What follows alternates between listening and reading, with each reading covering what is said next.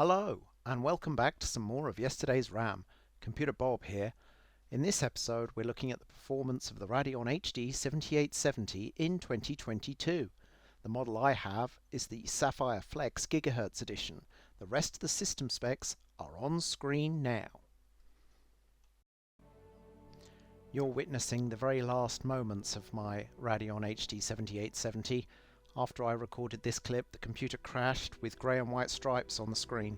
After rebooting, the card was artifacting and failed to load drivers on Windows boot.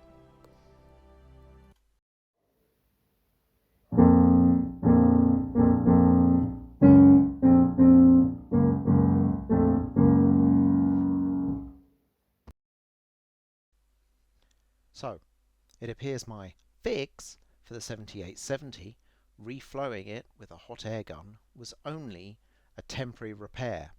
I hope other cards I've reflowed don't fail, such as the R9 270X. Here's the Heaven score for the 7870. The Sapphire Flex GHz edition scores 1,405 points, with an average frames per second of 55.8. Let's see how this compares to other cards we've tested on this channel. The 7870 is the second fastest card tested so far, just behind the R9 270X, which isn't surprising because the R9 270X is a 7870 with faster memory. So, here's the list of games I actually managed to benchmark with the 7870 before it died.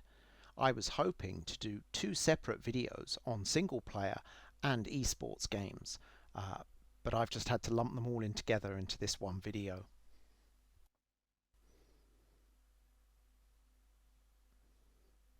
"2013's Bioshock Infinite is first up.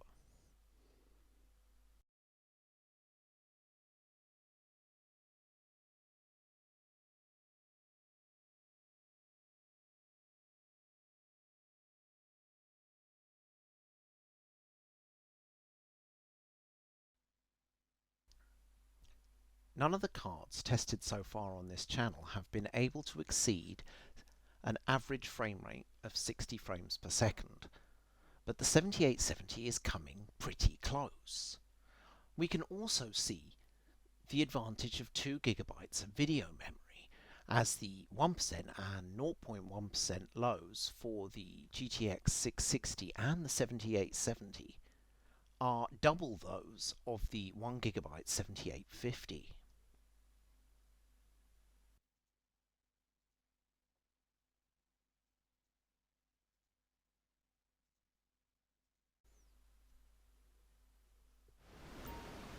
Next up is GTA 5, a very CPU dependent game.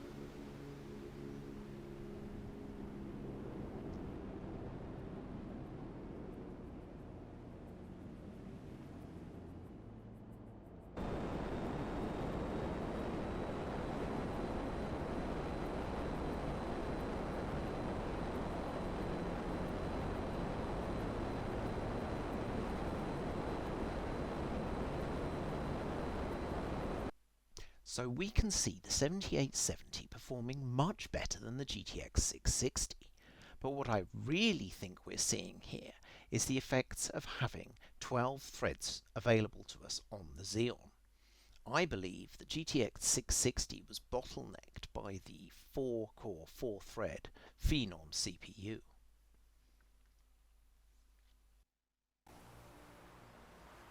And now The Witcher 3. Despite being released in 2015, it can still be a very demanding game to run. So many corpses, and the war's just started.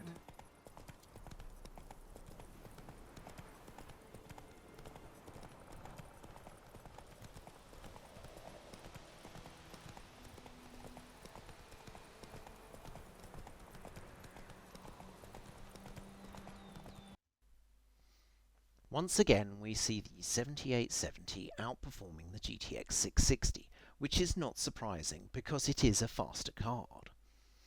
I also think that the 12 threads available to us on the Xeon have helped in boosting the frame rates in this title, particularly with the 1% and 0.1% lows.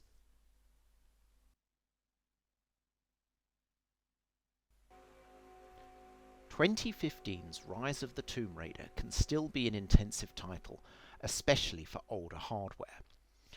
I benchmark this section of the inbuilt benchmark, the forest section, as I find it to be the most intensive.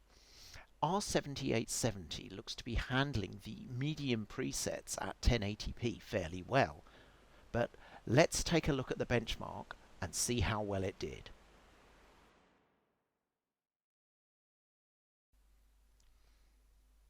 The 7870 is able to deliver a plus 60 average frames per second at 1080p medium. The plus 30 1% and 0.1% lows should indicate that we can have a relatively smooth gaming experience on Rise of the Tomb Raider with the 7870. 2018's Assassin's Creed Odyssey came out a year after 2017's Assassin's Creed Origins. This gave Ubisoft time to perform some optimization. As such, it generally runs better than Origins, but sadly now I can't compare. Since I couldn't run Assassin's Creed Odyssey on the Phenom, this is the first time benchmarking this title.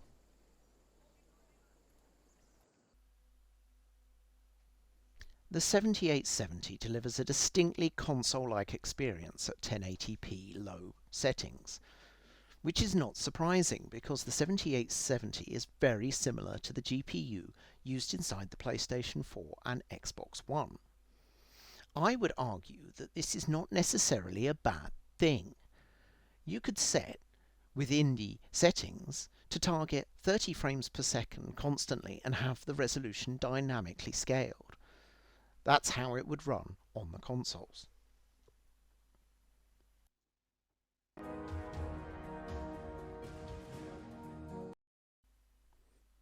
Counter-Strike Global Offensive was the first esports title I tested on the 7870.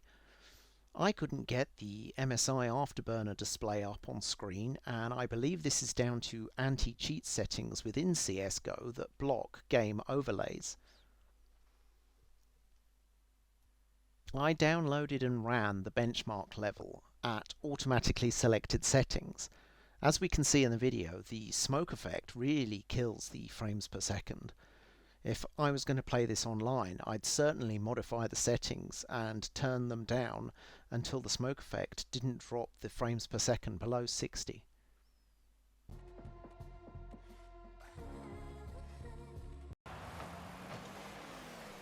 The final benchmark is Rocket League.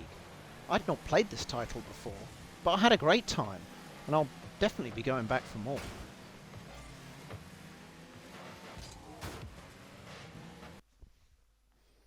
I let Rocket League select my graphical options for me, and it selected the high presets. With these results, we get an average frames per second of 60.9, which is great. But what's really shocked me is the absolutely terrible 1% and 0.1% lows recorded. I have to say, the game I played online was completely stutter and hitch free, so I'm not exactly sure where these low results are coming in.